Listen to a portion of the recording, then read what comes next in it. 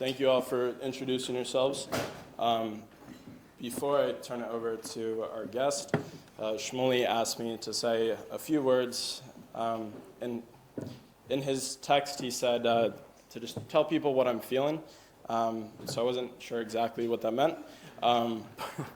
But the talk for this evening, how's it? That's a great question. Great question. Non-existent. And so the topic for this evening that our guest is going to speak about is about human rights violations in Israel. And there's two words that came after this. It says the facts. And it got me thinking, how do I get my facts? Where does it come from? And I think there's two places. First, it comes from the people that you trust, the people that you know, the people that you love. And I think the second is that it comes from learning and from talking to people and from studying. And to put it more concretely, I think those two places are family and education. I've been very fortunate that I was raised in a wonderful family. I chose my parents wisely. And I'm also very fortunate that I received a great education. K through 12, Yale, it's okay. And it got me thinking that here at Shabtai, I think those two things, family and education, are taken to the next level. Shabtai gives you another family. It gives you people who you trust, who you can love, another community, and it gives you an education. I think oftentimes it gives an education that Yale isn't willing to give. And so I think with those two things in mind, and in the spirit of truth, I think we should embrace family and education as core values. And tonight we're going to hear our guest speak the facts. He's going to speak the truth. Some people will listen, some people won't. I hope that everyone here will. Yeah, good evening to everyone. Thank you, Rabbi Shmuley, very much for the invitation, and thanks for Shabtai organization. And I would like to thank each of you for coming and joining us this evening. Unfortunately, things right now can be considered as upside down between the Israelis and the Palestinians. The tense in the relationship that I am noticing right now, I never ever noticed it since 1967, which means that the October 7th massacre, which committed by the Hamas, almost pushed the Israeli-Palestinian conflict at least 50 years back. So what we should have to do right now is how to rebuild, how to reconstruct, how to reform what has been destroyed on the October 7th. While the American president right now much more busy about peace plan or about the two-state solution, I think that it's so fast. I don't think that the both sides are ripe right now, neither for peace nor for the two-state solution. I think that the Hamas almost proves to the international community on the October 7th that they are a brutal, barbaric, terrorist organization. We used to say that since the Hamas occupied the Gaza Strip in 2007. We used to say that this terrorist organization called Hamas is going to bring misery, poverty, and destruction for the people in the Gaza Strip. But unfortunately, no one wanted to hear us 17 years ago. The international community looks like that they are feeling so comfortable when they have a deaf ears and the blind eyes. And now it is the time for the international community to stand up. It is the time for the international community to support is such legitimate war that Israel imposing against the Hamas. Just a few days ago, I called some people in Gaza. And people in Gaza were very shocked. And they said, why you are so shocked? They said that we heard that the Israeli army almost withdrew from Khan Yunis. Are they coming back or not? They are asking me. I said, you want them back? They said, yeah, we want them back. We want them back.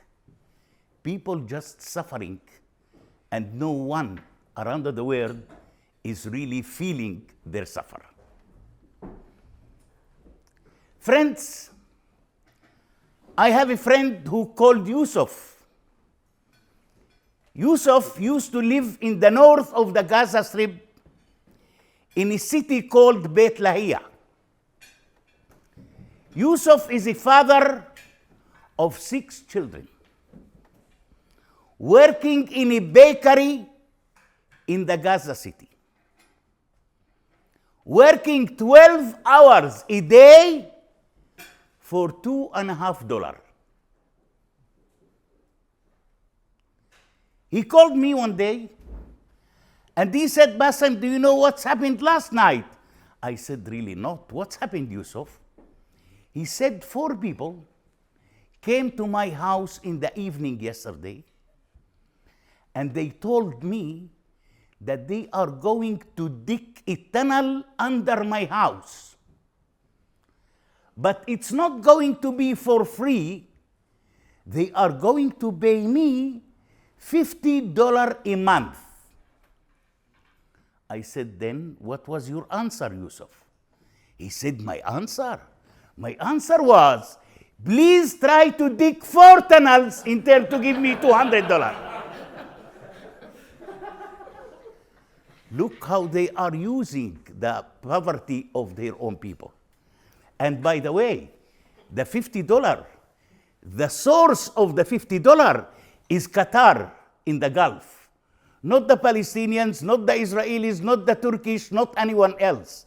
It is the money of Qatar. That Qatar is lying on us when they used to transfer $30 million in cash every month by saying that that money is going for the reconstruction of Gaza.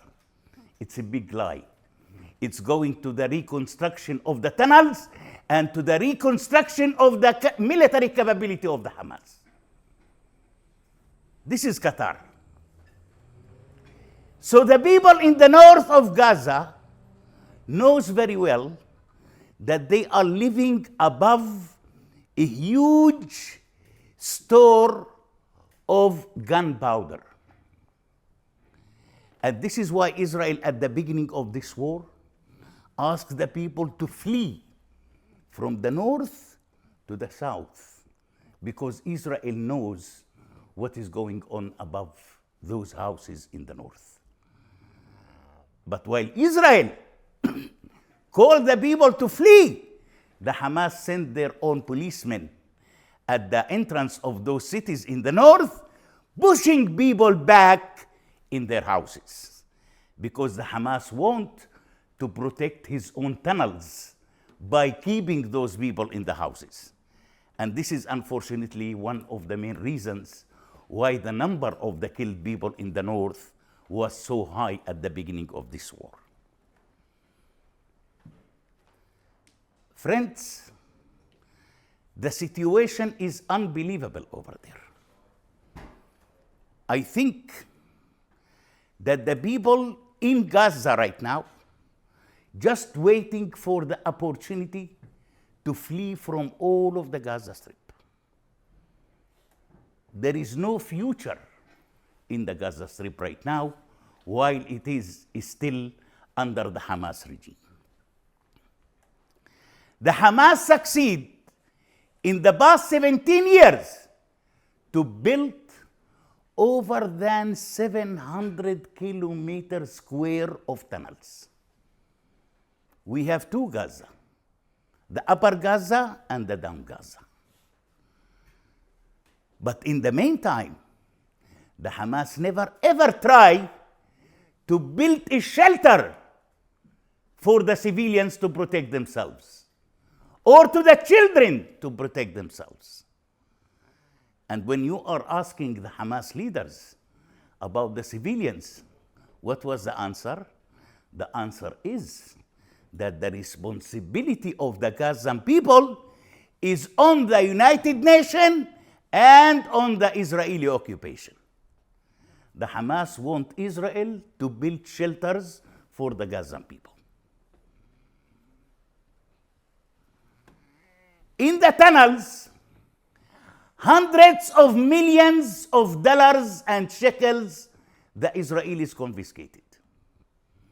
What that cash money is doing in the tunnels? Do these people making shopping there? Is there malls in the tunnels? What the cash money is doing in the tunnels while all of the Gaza Strip is without electricity? That's a tragedy. That's a real tragedy. Now, if we will come to the United Nations, I think that the United Nations morally is bankrupt. And they lost their legitimacy and presence. We heard recently about the employees of UNRWA who participated in the genocide of the October 7th. And after the investigation of UNRWA, they found that only 12 employees participated in the genocide. I can guarantee each of you that they are over than 100 employees, not 12. And which kind of employees we are talking about? They are not employees who are working in the stationery cleaning the camps. They were teachers, used to teach English and mathematics, start running after the Hamas terrorists on the October 7th to rape, to kill, and to abduct children and women.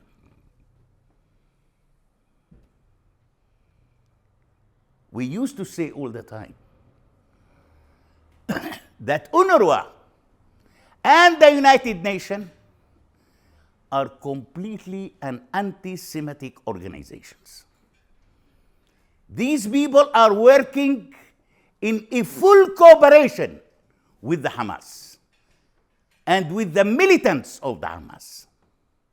We used to say that in many occasions, but no one wants to hear that until they already noticed and witnessed what's happened by the UNRWA employees on the October 7th.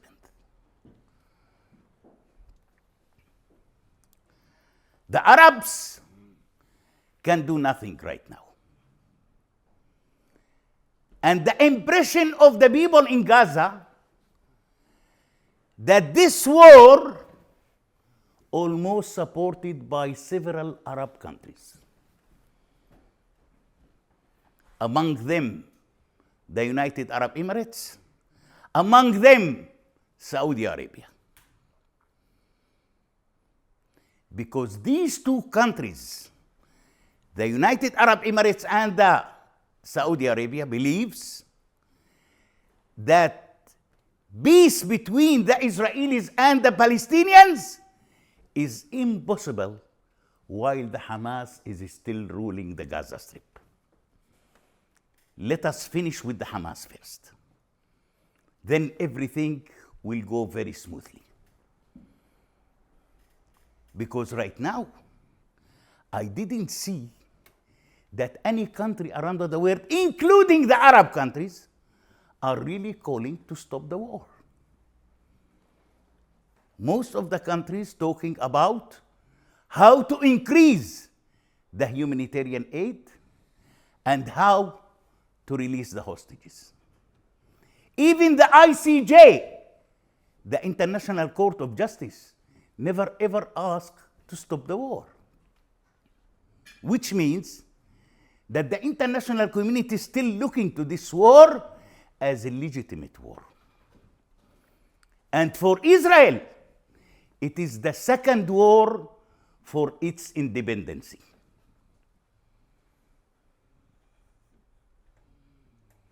So if the situation like that, I think that the Hamas should have to give up. I am wondering what we, the Palestinians, are really benefiting from holding 133 hostages in the tunnels in Gaza.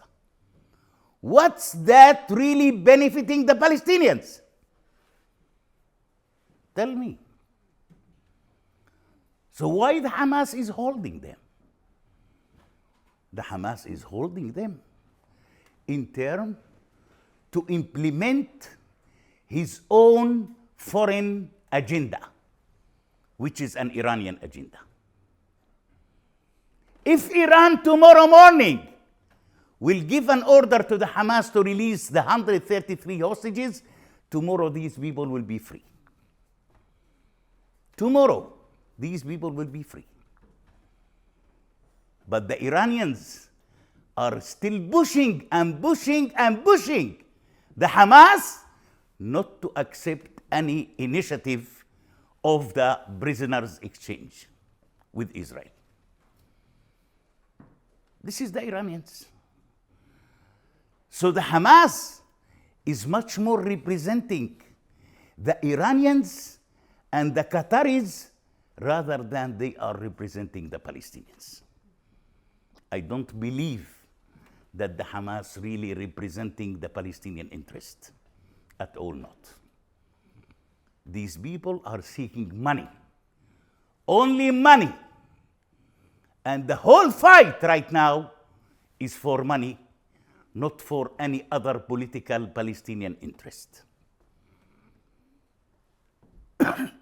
Since the Hamas occupied Gaza in 2007 until today, 5 wars the Hamas imposed on Israel. 5 wars! In each war, hundreds of people has been killed. Hundreds of houses has been destroyed. So what we are really benefiting from these terrorists? The people in Gaza right now start shouting towards the Hamas to release the hostages. Because these people want to go back to their homes. And they know without releasing the hostages, no one will be able to return to his house. So what the Hamas is really waiting for? The leaders in Qatar who are staying at the 6-star hotels announced that this war will continue till the last Gazan in Gaza. On behalf of whom you are speaking? On behalf of whom you are speaking? These people didn't see yet the destruction of the Gaza Strip. Friends, over than 70% of the buildings in Gaza has been destroyed. And now, Rafah is the problem. Rafah is the problem. We know that all of the hostages are in Rafah, by the way. All of them. With what remains from the Hamas militants over there. And the Americans right now totally against to attack Rafah. So how we can release these people? How we can allow to the Gazan people to go back to their homes? The American administration is against to attack Rafah. But in the meantime, they don't have any solution. They don't have any solution. And that's making things much more complicated. Now everybody is talking about the day after. What will happen after? The Americans are in favor to give Gaza to the corrupt Palestinian Authority of the West Bank.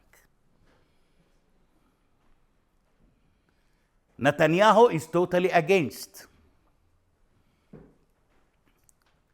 Now we have a third initiative, which came by the Israeli Minister of Defense, Yoav Gallant. What Yoav Gallant said a week ago, that we will give the Gaza Strip to the improved Palestinian Authority. What does it mean, improved Palestinian Authority? How you can improve the Palestinian Authority? It's something shocking here. Can the Palestinian Authority improve itself? Or we need outsiders' efforts to improve the Palestinian Authority? After Gallant last week came with that statement, the improved Palestinian Authority, I received a telephone call from one of my good friends in Israel called Natan Sharansky. And Natan Sharansky told me, have you heard Yoav Gallant with the improved Palestinian Authority? I said, yes, really, I heard him. He said, listen, Bassem, how we can improve the Palestinian Authority, or when we can call the improved Palestinian Authority? I said 4 things the Palestinian Authority should have to do to be improved. First of all, to trash the whole textbooks at the schools, which is teaching only hatred and violence against the Jews. Secondly, to give space to the political opposition. You know, we don't have a political opposition, neither in the West Bank nor in the Gaza Strip. A friend of mine last year used to put videos on his Facebook talking about the Palestinian Authority corruption. Last year, the security forces invade his house. They beaten him severely in front of his children, and they arrested him, and on the next day, we heard about his death. No investigation, no charges. It's just the story almost buried by the Palestinian Authority. So if the Palestinian Authority want to improve itself, it should have to give a space to the political opposition. The third thing is the freedom of expression, the freedom of press. There is no freedoms at all under the Palestinian Authority. The fourth thing is an independent economy. We need an independent economy, not economy which is related to the Palestinian Authority, and that's the way how they can corrupt the businessmen in the West Bank.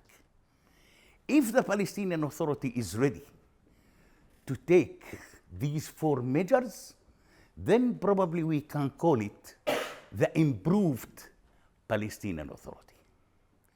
I think that we agreed to make an article, and probably next week the article will appear in one of the Hebrew newspapers in Israel as as an answer to the initiative of the Israeli Minister of Defense, Yoav Gallant, about the improved Palestinian Authority.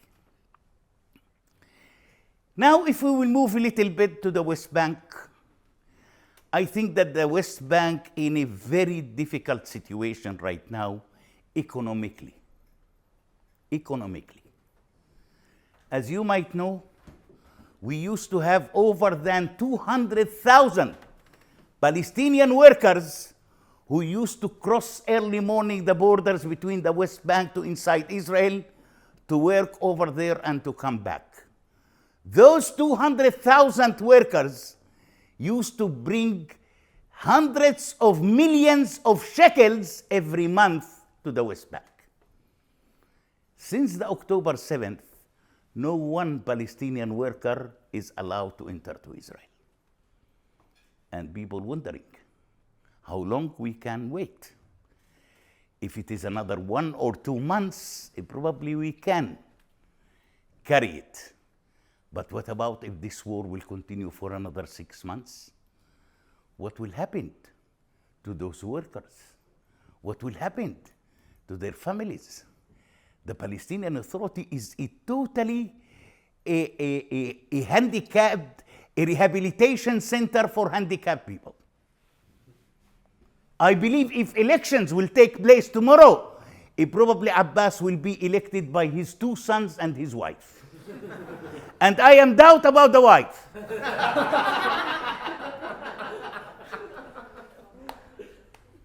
This is the situation in the West Bank right now. When I am meeting with my fellow Israelis and they ask what we can do, economy is the most important thing. I told the Israelis that if the economic situation in the West Bank will decrease, that means that the violence will increase. So you are between the economy and the violence, and it's in your hands. The right wing right now in the Israeli government saying no one Palestinian worker to enter to Israel. Let us import workers from India, from Thailand, from the Philippines. That will be a huge disaster right now. So I hope that the Israeli government, probably in the coming few weeks, at least to allow to tens of thousands of Palestinian workers to get back to their jobs. The last message that I want to deliver here, it is about the so-called pro-Palestinians. I never ever believed that they are pro-Palestinians. I think that they are much more pro-Hamas and pro-terror. I remember on the October 7th, the so-called pro-Palestinians in Sweden, they celebrate the massacre in the morning of October 7th. And they consider it as a Palestinian victory. So if the massacres of the Jewish people will be considered as a Palestinian victory in the 21st century, this is the end of humanity.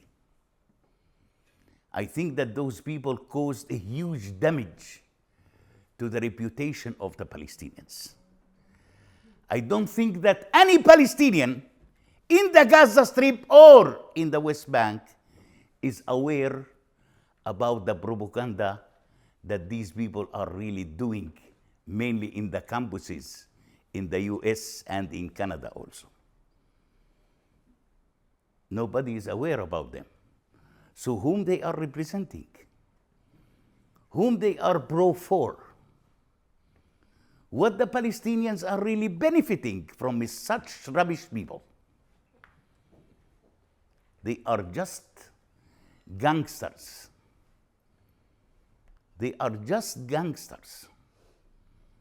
And I think that these people has their own agenda also. and they are following the agendas of their donors and their sponsors. They have no idea what is going on, and to celebrate massacres against Jews, that's really very shame. That's really very shame. I think that these people are not connected at all to the Palestinians. I think that these people probably will be the coming terrorist generation here in the US. And the blame here is on the American administration, on the congressmen who are not trying to put out any kind of legislation to impose some limits on the activities of these people. Also, the universities' administrations should have to be blamed. Should have to be blamed. So I urge you as students, don't give a quiet time to your congressmen. You should have to demonstrate 24 hours at the Capitol Hill to bring more and more awareness among those legislators what's really going on the streets and on the campuses here in the United States. Otherwise, the whole country is going very soon to suffer from these people. Let me stop right now and give you the opportunity for some Q&A. Thank you so much. Thank you, thank you, thank you, thank you. Yes, please. Thank you very much. Thank you. If you have a question, just raise your hand and we wait for our microphones to get to you.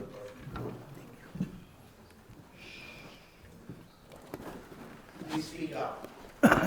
Yes. Ahlan wa sahlan, Mr. Eid.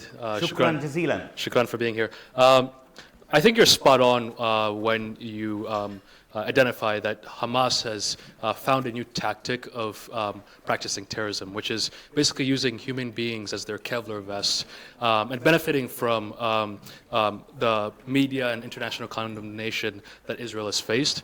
But I wanted to push back a little bit on the military strategy.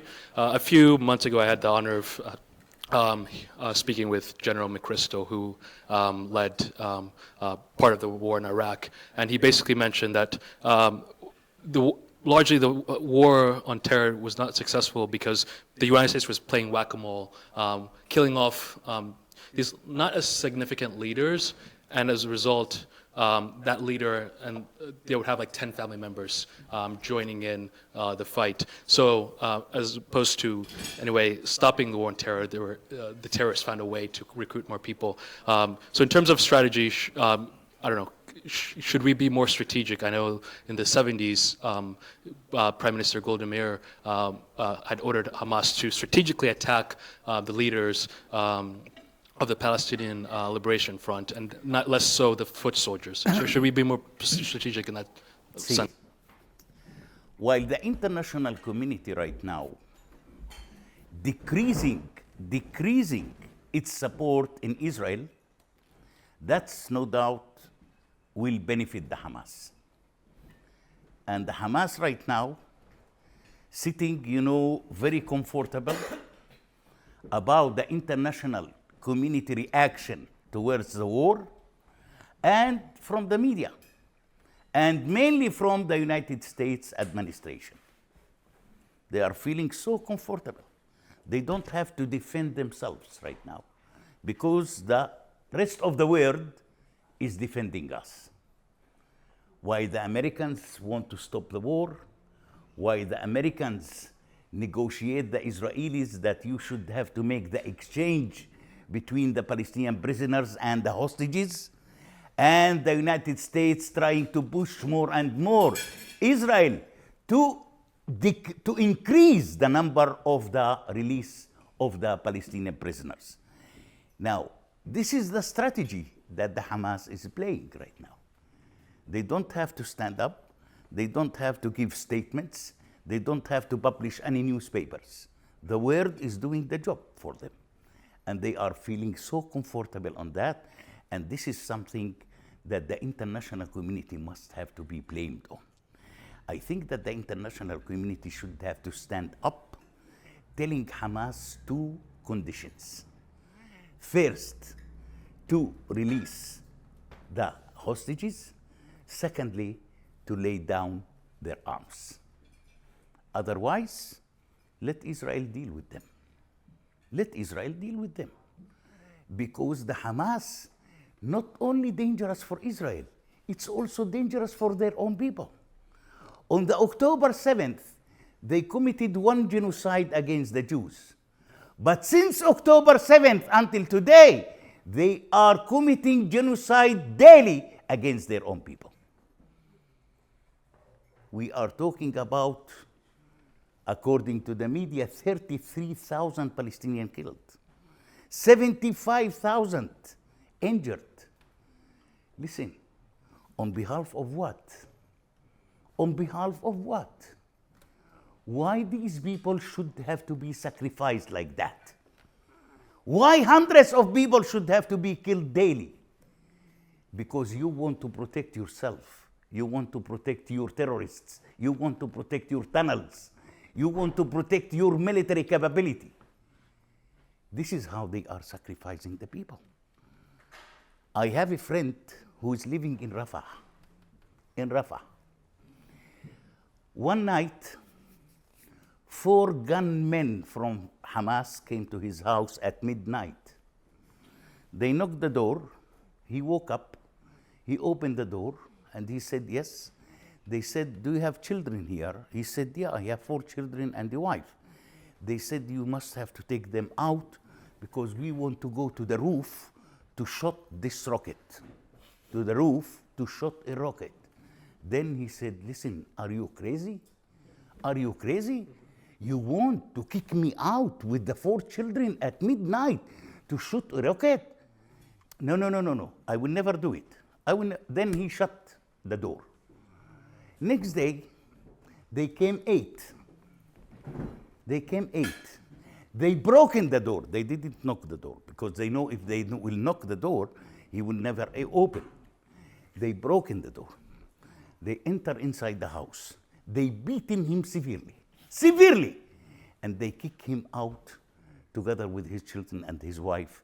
They went to the roof and they shot 2 rockets. Half an hour after they shoot the rockets, the Israelis airstrike, destroyed the house. He called me on the next day and he said, I have no house. Yesterday I slept in the house. Now I have no house. This is what the Hamas is doing. So they are not care if the Israelis will kill the whole family. They are not care. This is the problem of the international community. This is the problem of the Stop supporting the Hamas. You should have to talk. I didn't hear Biden since 6 months ago mentioning the name of the Hamas. Looks like that the Hamas is not exist, and Israel is fighting itself in Gaza. Come on. This is not a strategy. This is not a policy. You have to understand that those Palestinians who has been killed in Gaza, they have been killed because of the Hamas, not because of Israel. This is the headline. If you are not going to get that, then leave everything and don't try to interfere in what's going on in the Gaza Strip. Yeah. Thank you for what was a wonderful and eye-opening Thank you. speech. My question for you is this. You mentioned a point which I agree with, that congressmen and university administrators share a lot of the blame for allowing anti-Semitism and hatred to flourish among young people. I'm interested in your views on at what point punishment should be inflicted and sort of what that punishment should look like for students who sort of support some of these things. See, I was last month, I think, at Manitoba University, Winnipeg in Canada, yeah? I was invited there for a lecture. I went there. I saw three Muslim women among, the 50 students, something like that. Before I start my lecture, I warn these three Muslim women that when I'm speaking, don't try to speak. When I'm speaking, don't try to ask questions. When I'm speaking, don't try to make your own propaganda, because you are here for propaganda. And the lecturers also, repeat these things. Then we reach a question. The question was from a teacher in the university. The question was how we can bring Jews, Christians, Muslims together. I said, he probably will be able to bring Jews and Christians together, but I don't think that Muslims, you can do that. Here we have three women here. Yeah? You think that these people will one day admit that you have the right to exist as a Jew? You ask them. Ask them. I don't believe that they will admit that. So why you need them? Why you need them? Leave them. Then, after the lecture, it was a huge catastrophe in the university that I spoke or I made a kind of Islamophobia. And the whole newspapers, wrote against me and against the Islamophobia that I try to spread out here at the university. So no one came to them by saying, listen, but when you get out, you disturb him and you throw out a verbal abuses against him. No one at the university, and everybody heard them. And they are women, yeah? Imagine a woman telling you your sister is a prostitute. A problem from a man, I can understand it, yeah? But from a woman to tell me that my sister is a prostitute, this is culturally by Islam, yeah, is not accepted. It's not accepted at all. A woman shouldn't have to speak such rubbish words. Now the university never ever came to them by saying, listen, also we should have to punish you for saying and everything was recorded, by the way. Everything was filmed over there. So I don't know which kind of punishment they probably can impose, but I think that people who try to make a kind of propaganda inside the campus, I think that these people are not allowed to be on that campus. That's one of the, I believe that there are some other probably measures that the administration can take, but I think that those people should have to be aware that any kind of propaganda that you are trying to practice on campus, you are going to pay a very high price for it.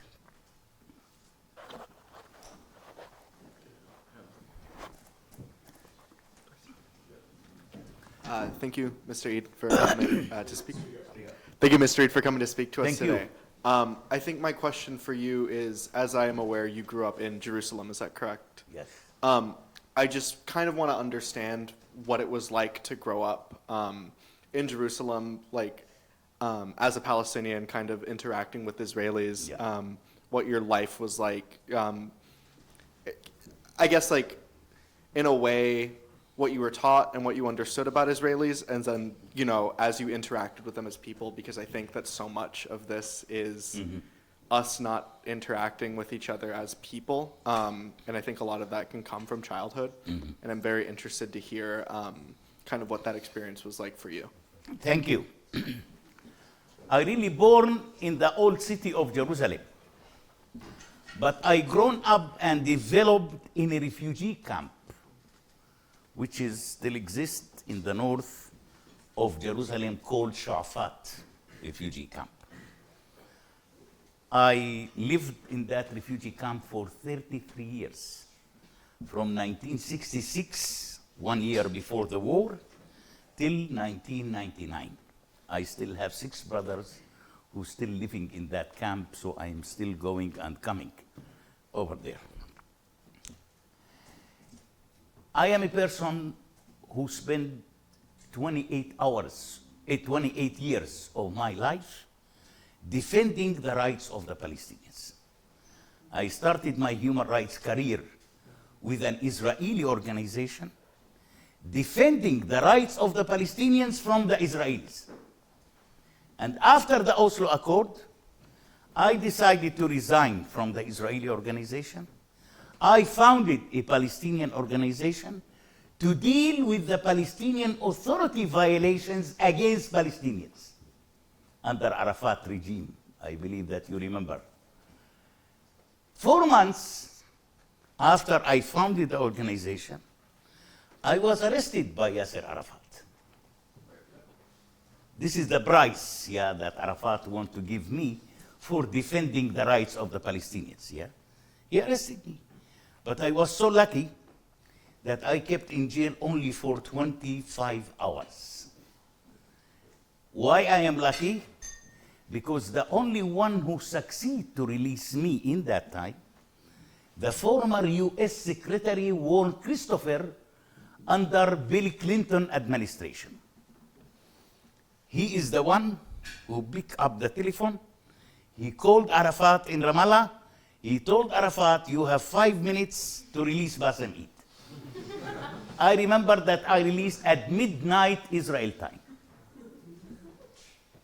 And that's already gave me a kind of impunity from the Palestinian Authority. Since 1996 until today, I never ever faced any trouble from the Palestinian Authority. And I am going around. I'm going to Nablus, I'm going to Ramallah, I'm going to Bethlehem, I'm going to Tulkarem, I'm going to Hebron.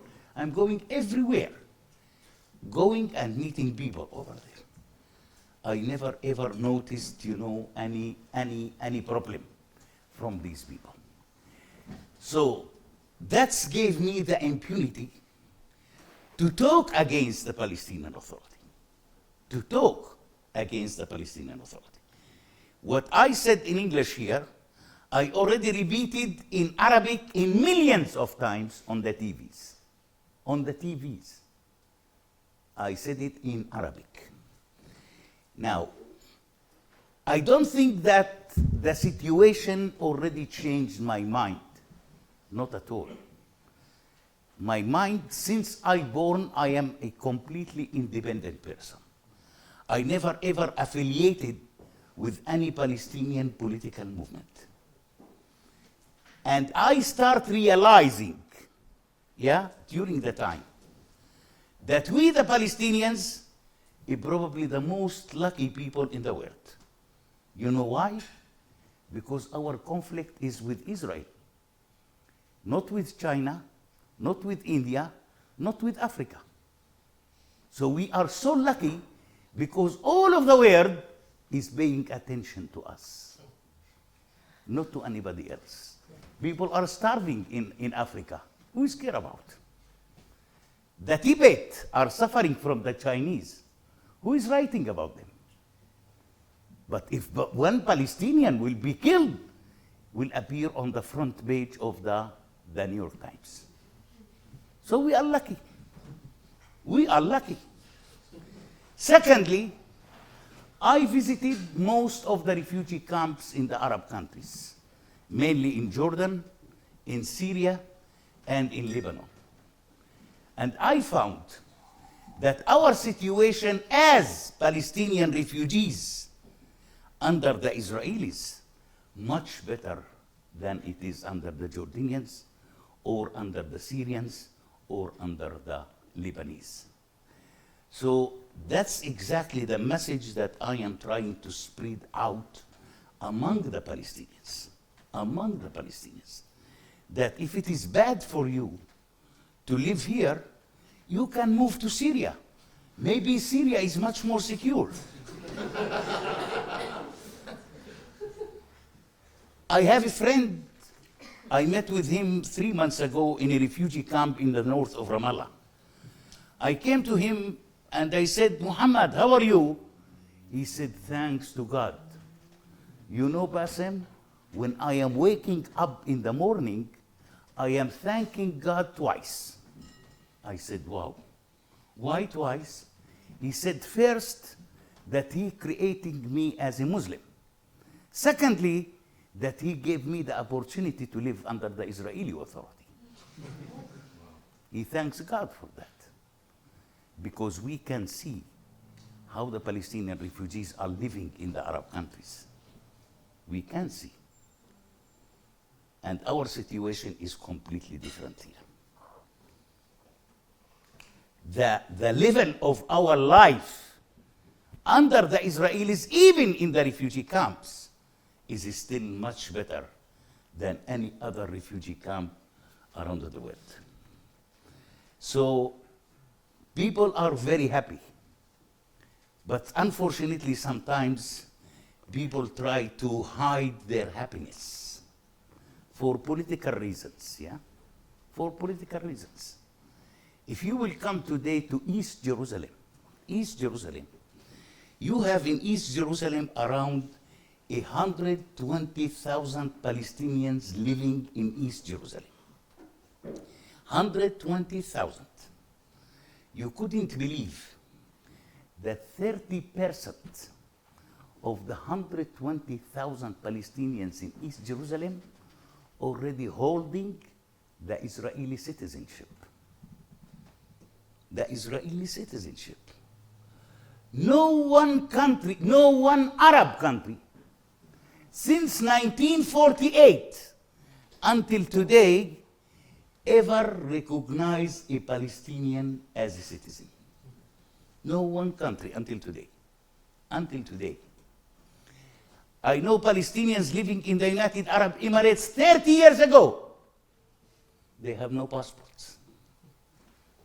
They have no passports. Even their children who born in the United Arab Emirates, they have no passports. 30% already holding the Israeli passport. They became a full citizens in Israel. So imagine if in the coming 5 or 10 years, another 20% of those Palestinians will have also citizenship, then the Palestinian Authority, after 10 years, couldn't negotiate Israel on East Jerusalem by considering it as the capital of Palestine. Because half of these people who are living here are an Israeli citizens. So people knows exactly what they are doing, but as I said, unfortunately sometimes we have to hide our happiness. Yeah, please. Hi, thank you very much for coming to speak with us. So the problem for peace in the Middle East has always been that Israel has never had a partner for peace with the Palestinian leaders. So my question for you, or really a two-part question, is first, are there Palestinian leaders alive today, involved today, who would step up and work with Israel for peace that benefits the Palestinian people, like you were talking about? And second, would you consider leading yourself or taking part in a new and improved PA? Thank you.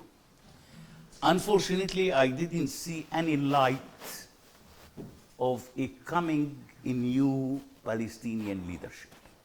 I didn't see. Right now, we stuck with Mahmoud Abbas. God knows when Mahmoud Abbas will pass away. Only God knows. These people believes that they have a long term of life. He might reach 97 years old by still ruling the Palestinians. So the current Palestinian leadership, which is Mahmoud Abbas, is trying to keep the status quo, the status quo of the conflict as it is. What is the status quo of the conflict in the eyes of Mahmoud Abbas? 3 things. No peace with Israel, no normalization with Israel, no recognition with Israel. This is the status quo of the conflict in the eyes of Mahmoud Abbas. So while you have such kind of a leader who's still sitting on the chair, forget to think about who is really going to come after. Because the one who should have to come after should have to be prepared. You need, as a president, as Biden, he has a vice president, yeah? If anything will happen to Biden tomorrow, he has a vice president. Abbas refused right now to appoint a vice president. He refused. Now, as I told you, the opposition has no space. We have no opposition. We have no opposition. So who can be? Nobody knows. Nobody knows. So I didn't see right now any new coming Palestinian leadership that you can consider it as a partner of peace for the Israelis. Towards myself, I don't think so. And if I want, the Fatah movement will reject me because I'm not a Fatah member. I'm not a Fatah member. Fatah is fighting all the time to keep the West Bank under its own rule. I want to remind you that after the Hamas took over the Gaza Strip in 2007, and all the Fatah people from Gaza flee to the West Bank, Abbas appointed a new prime minister in that time. His name was Salam Fayyad. In my eyes, Salam Fayyad is a real leader. He is not corrupt, and in the meantime, he declared that he is going to fight corruption. When he said that he is going to fight corruption, the Fatah movement started fighting against him until he resigned from his job. So Fatah want to keep the West Bank as its own. And this is what I used to say, you know, when leaders start talking about the two-state solution, yeah, for 2 people, I used to say that what the Palestinian leaders are demanding is a 3-state solution for 2 people. How that's work?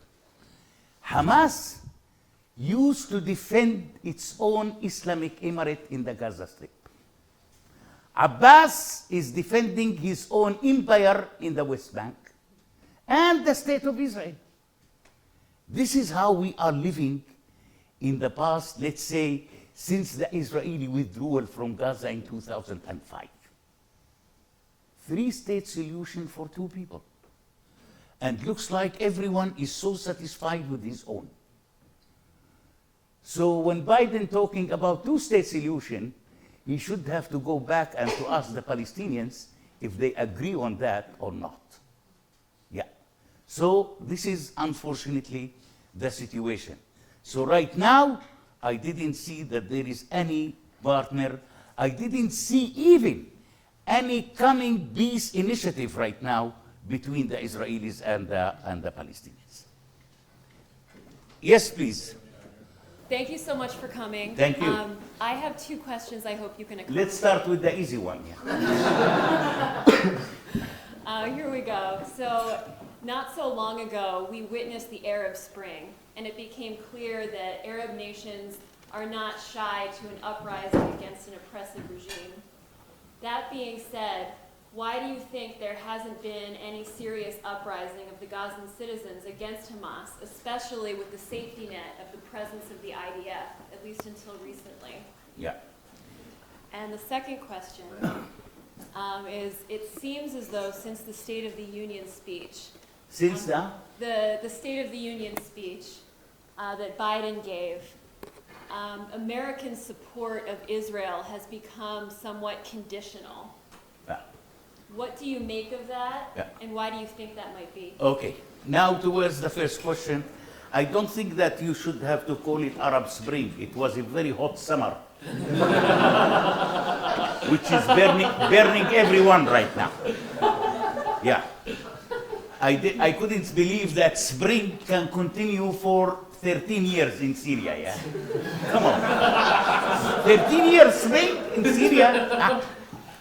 Anyhow, in my opinion, it was a big mistake. It was a big mistake. I am a person who is wondering what Libya as a country, what they achieved from their spring and from killing their former president Muammar Gaddafi. What they really benefited from that. I think that they moved from paradise to hell. Right now, it's a hell. It's a hell. This is the so-called Arab Spring. I don't think that the Arabs benefited from the so-called spring. Now towards the Gaza, in many occasions I ask Gazan people, why not to make a Gazan spring, not Arab Spring? You know what was the answer? The answer was, if the Iranian spring succeed, the Gazan spring will succeed. It's a very lovely answer. It's a lovely answer. I couldn't argue with them. I couldn't argue with them. Because this is the same regime. Iran and Hamas is the same. It's the same. No differences at all. No differences at all. One of the Hamas orders to the lawyers, the women lawyers, that women lawyers are not allowed to enter to the court hall without covering her hair. This is Iran. This is Iran. No doubt. So this is unfortunately the answer of the people about the spring over there. Now towards the Americans. I am wondering, sometimes what really the Americans want. I believe in one thing. I believe in one thing. That the American administration want to save the lives of the civilians in the Gaza Strip. I believe in that. I believe in that. But on the other side, how you can save the lives of the civilians while the Hamas is hiding his rockets behind those civilians? How you can protect them? How you can protect them? We know that the UNRWA facilities used by the Hamas to hide weapons, hospitals, clinics, schools, universities, churches, mosques, has been used by the Hamas to hide their own rockets. What is the American reaction here? What is the American reaction? The Americans knows that if somebody is hiding rockets inside a mosque and 100,000 people coming on Friday to pray, some tragedy might happen. A tragedy might happen. What is the answer of the American administration to the Hamas? As I said, in the past probably 4 months, I didn't hear President Biden mention the name of the Hamas even once. I didn't. So what the Americans really want, I have no idea. All the time they are trying to impose conditions, by the way. All the time, all the time. Now, what's happened to Biden? I don't know. I remember on the first week of the war, Biden came to Tel Aviv. And he shows a clear message that we are behind Israel. What's happened later? Looks like to me that Biden these days is trying to work on his election campaign. And he has the feeling that he probably, in the coming elections, he is going to lose the votes of the Muslims. Because the Muslims already declared that they are going to be against him because of his blind support in Israel. So looks like that his advisors came to him and told him, we have a little bit to recorrect the policy here. And looks like to me that he is much more worried right now about his election campaign. And this is one of the reasons why he is trying to impose more and more conditions on Israel in its war in the Gaza Strip. I think we're going to take one more. One more. Yes, last question, please. Yeah, so I'm curious about the sentiment of the Palestinians in the West Bank. So if you ask a person on the street who opposes peace with Israel, I'm sure some people would say, like, you know, if we wait long enough, we'll eventually find a way to destroy Israel. And if we kind of like play the long game, we'll eventually be able to destroy Israel, bring back all the refugees, and have this be like Palestinian land. Some other people might say that, you know, they're okay with 67 borders, plus some or something like that, but they want to have the right of return and bring back all the refugees. What would be the average, like if I asked an average person, you know, who opposes peace with Israel, why do they oppose it? And, you know, if there is eventually a Palestinian state, what does the Palestinian diaspora think? Like, would the Jordanian Palestinian refugees, do you think they would all rush back? Would they unilaterally declare right of return and then invite all the people back? Or how would that work? Yeah. You are talking about a so complicated issue. You know, I need 2,000 years to explain it to you. What makes me more worry,